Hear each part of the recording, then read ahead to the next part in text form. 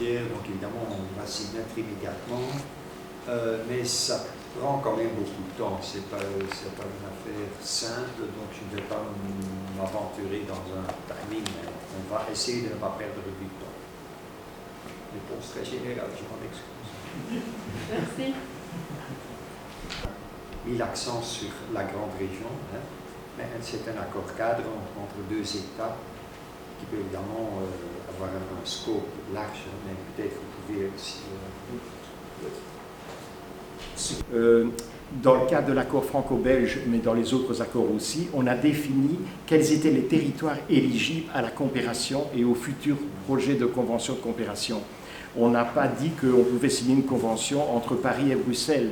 On a pris les territoires frontaliers français, on a pris les territoires administratifs frontaliers belges. Donc voilà ce qu'on va certainement faire aussi avec le Grand-Duché de Luxembourg, mais on peut imaginer que, compte tenu de la frontière entre le Luxembourg et la province de Luxembourg, beaucoup de territoires et d'arrondissements frontaliers de la province de Luxembourg sont concernés, bien entendu, par cette coopération, d'autant qu'il y a beaucoup de travailleurs frontaliers sur l'ensemble de la province.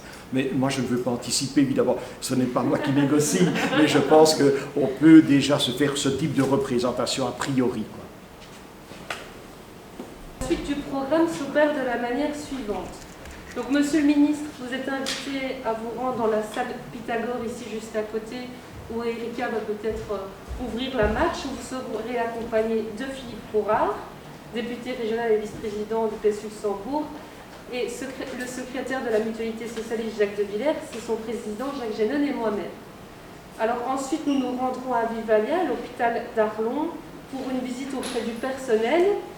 Vous êtes attendus à l'entrée de l'hôpital et à cet endroit, les journalistes, vous avez la possibilité, si vous le souhaitez, de prendre Monsieur le Ministre en photo devant l'hôpital de Vivalia. Et ensuite, nous poursuivrons. Depuis déjà de nombreuses années, en partenariat avec les acteurs de la santé français, et nous avons signé un accord de coopération avec la France déjà en 2005, qui a donné naissance à la ZOAST, qui est une coopération territoriale principalement axée sur les hôpitaux d'Arlon et de Mont-Saint-Martin, et qui permet aux patients de franchir la frontière sans obstacle administratif ni financier, quand il veut se faire soigner à son libre choix, soit à Arlon, soit à Mont-Saint-Martin. Aujourd'hui, il y a à peu près 6 000 patients qui traversent la frontière dans le cadre de cette convention. L'objectif, surtout à cause, je dirais, de la crise sanitaire et de la pandémie, est de développer ces coopérations sur tous les versants frontaliers, notamment de la grande région. Et donc c'est la raison pour laquelle la Belgique a pris des initiatives à travers le ministre Frank van den Broek pour rencontrer son homologue luxembourgeoise, Madame le maire, et signer une déclaration d'intention de coopération à l'instar de ce qui existe entre la France et la Belgique et qu'on voudrait développer avec le Grand-Duché de Luxembourg. Jusqu'à présent, les soins en santé plutôt avantageux pour les trajets transfrontaliers. Là, on doit vraiment optimaliser tout ça. Très heureux, évidemment, de pouvoir se faire soigner dans le pays où il travaille, dans le pays où il réside, de donner les mêmes avantages aux résidents des zones frontalières qui, finalement, vivent à côté d'un travailleur frontalier, mais n'ont pas la possibilité de se faire soigner de l'autre côté de la frontière parce qu'ils travaillent dans le pays où ils résident.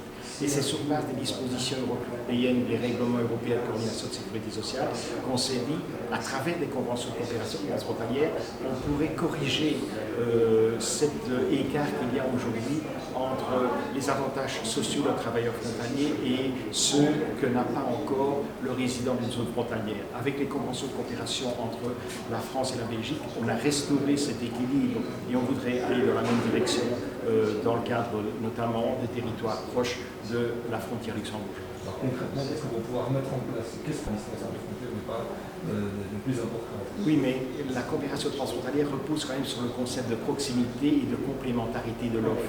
Et donc, on veillera, à mon avis, dans les accords et les projets transfrontaliers, à faire en sorte qu'on vise bien à respecter ces principes fondateurs de la coopération transfrontalière, sans quoi ça a moins de sens. Et donc, je ne sais pas si aller à l'autre bout du Grand-Duché de Luxembourg est un avantage. Non, je ne crois pas. Mais aller à proximité du territoire où on habite, oui. Et donc, on va étudier les questions, évidemment, au cas par cas. Avec évidemment le Covid, c'est un enjeu pour l'accélération peut-être de Évidemment, parce que le Grand-Duché de Luxembourg s'est rendu compte que son système de santé dépendait, je dirais, aux 2/3 de l'étranger, c'est-à-dire des régions avoisinantes, puisque 2/3 du personnel de ce système de santé luxembourgeois est d'origine française, allemande et belge, bien entendu. Et si on fermait les frontières demain, on faisait s'écrouler le système de santé luxembourgeois, c'est impensable.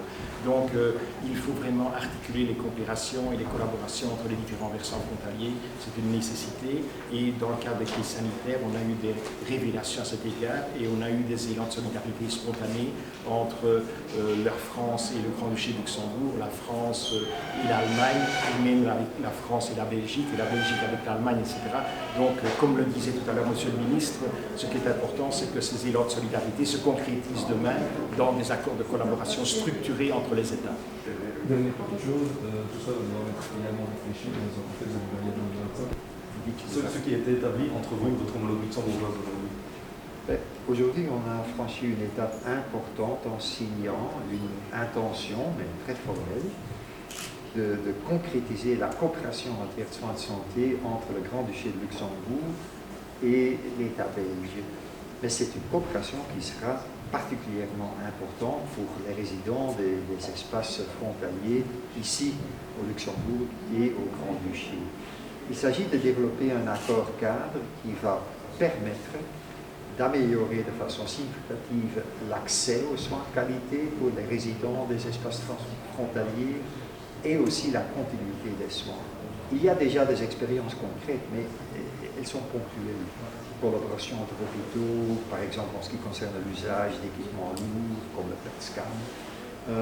Et donc il faut essayer d'un côté de généraliser ça et de chercher toutes les synergies possibles, mais aussi de rendre d'un point de vue social et juridique robuste cette coopération. Donc l'intention qu'on a signée ce matin, c'est quand même un document très formel avec des lignes directrices très claires qui indiquent les priorités, particulièrement l'accès pour tout un chacun aux soins de santé de qualité, la continuité de soins, la coopération entre les professions, la coopération entre les institutions. Et donc, sur base de ce principe, on va commencer à élaborer un cadre concret de coopération. Quelles sont les grandes lignes que vous comptez développer, que vous espérez développer sur les négociations? Je vais être qu'il s'agit de la pédiatrie, de la maternité, qu'il s'agit de techniques diagnostiques assez chères. Donc il faut essayer d'avoir un usage rationnel, ce qui veut dire que par exemple il peut être rationnel de dire à des citoyens de notre pays, mais qui n'est pas très éloigné, de dire on fait l'examen ici, mais vous êtes soigné dans notre pays, ou vice-versa. Deuxièmement, la coopération entre les professions, entre les acteurs, l'échange en termes de connaissances, ça aussi c'est très important. La continuité des soins, des gens qui ont un trajectoire de soins qui est en soi transfrontalier, tout ceci est très important. Un autre exemple, c'est les soins médico-urgents, pensez au SMUR. Il peut être rationnel d'utiliser une intervention urgente, un SMUR d'un pays, pour aider des gens qui habitent tout à fait près de la frontière, mais de l'autre côté, ça peut être tout à fait rationnel pour limiter le temps, pour minimaliser le temps investi dans le transport des patients. Et ça s'organise déjà dans les régions transfrontalières tout au long de la frontière franco-belge. Et donc il faut essayer de vraiment valoriser tout le potentiel de coopération aussi en cette matière entre le Grand-Duché et la province de Luxembourg. On ne peut évidemment pas dissocier le contexte sanitaire à ce genre de décision que vous comptez prendre. Non, il est clair que la pandémie a quand même été une grande leçon dans ce sens. Hein. Ce qu'on a vu, c'est que c'est grâce à la solidarité entre citoyens, entre hôpitaux, songez au transport de patients, mais aussi solidarité transfrontalière qu'on sait vaincre ce virus. Hein. Donc, nous, Belges, on a su transporter des patients en soins intensifs vers l'Allemagne. Ça a été une aide très importante. Les Français ont su transporter des patients en soins intensifs en Belgique. Ça a été très important pour eux. Donc cette solidarité a été précieuse. Et évidemment, une solidarité en temps de crise, ça s'organise mieux s'il y a aussi une coopération établie en temps normal. Et donc, s'il y a une coopération journalière, il est plus facile d'organiser la solidarité en temps de crise. Et donc, on a quand même maintenant appris cette leçon. Évidemment, ça a été une des inspirations de cet accord qu'on a signé ce matin. Parfait. Merci, monsieur. Parfait.